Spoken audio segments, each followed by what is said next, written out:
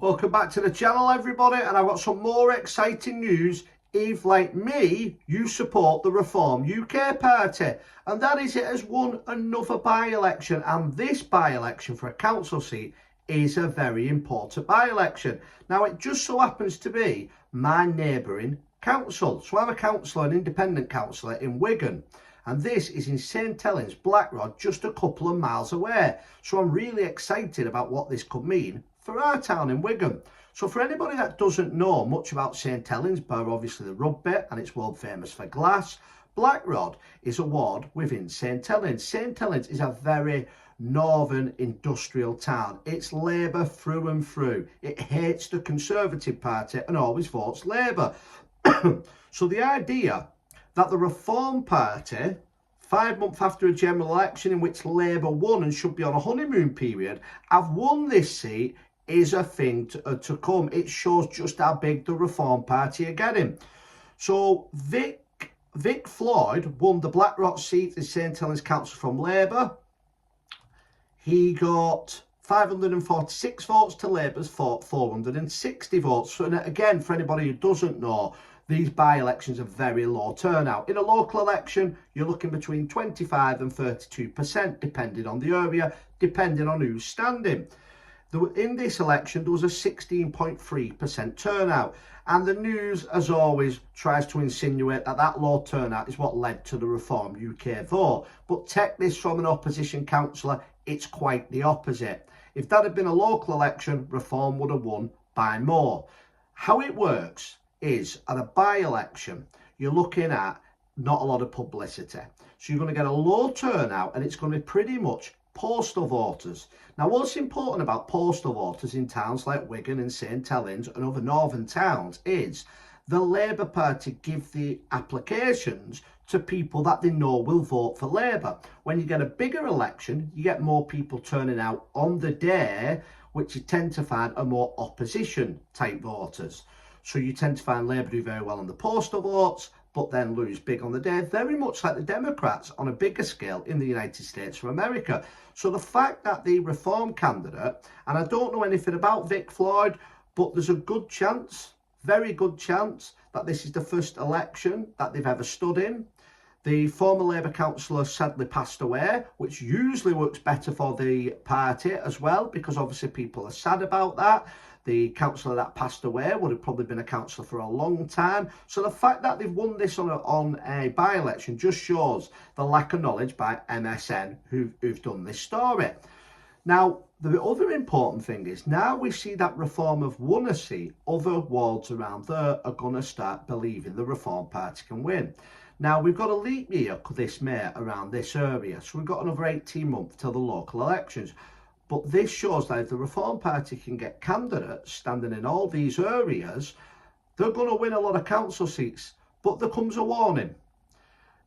When Reform and independents stand against each other, what happens is it tends to split the opposition vote. But of course, that is democracy. People have got a choice.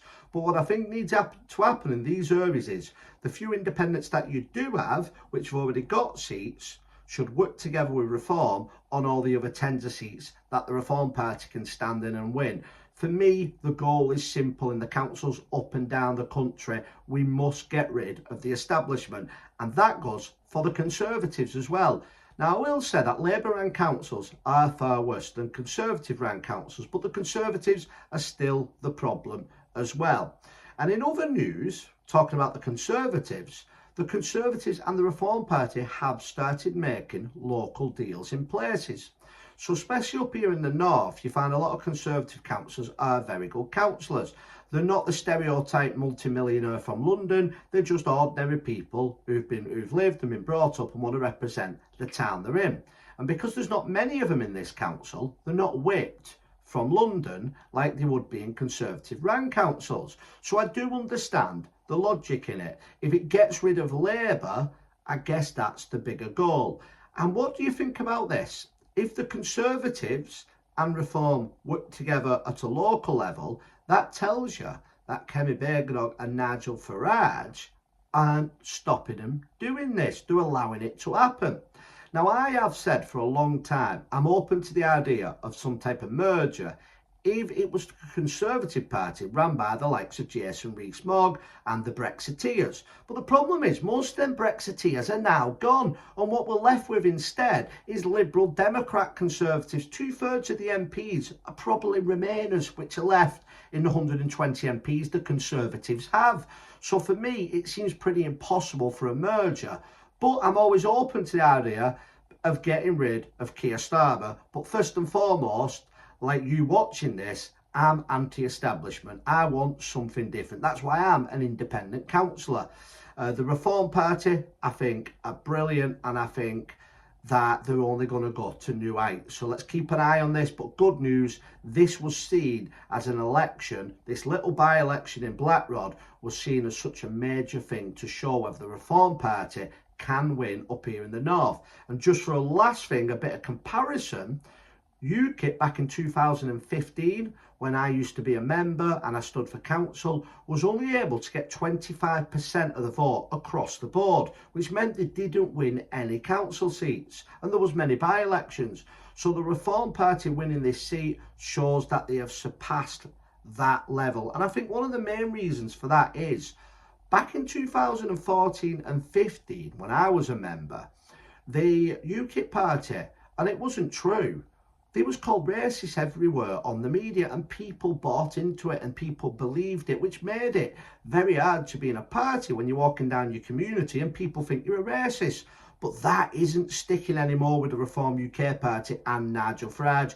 People have got fed up. We've had Donald J. Trump elected in America, and I'm now starting to believe that in 2029 we may have Nigel Farage in number 10 as our Prime Minister. Let me know what you think on this massive victory for the Reform Party, and please like, share and subscribe to the channel for more updates like this.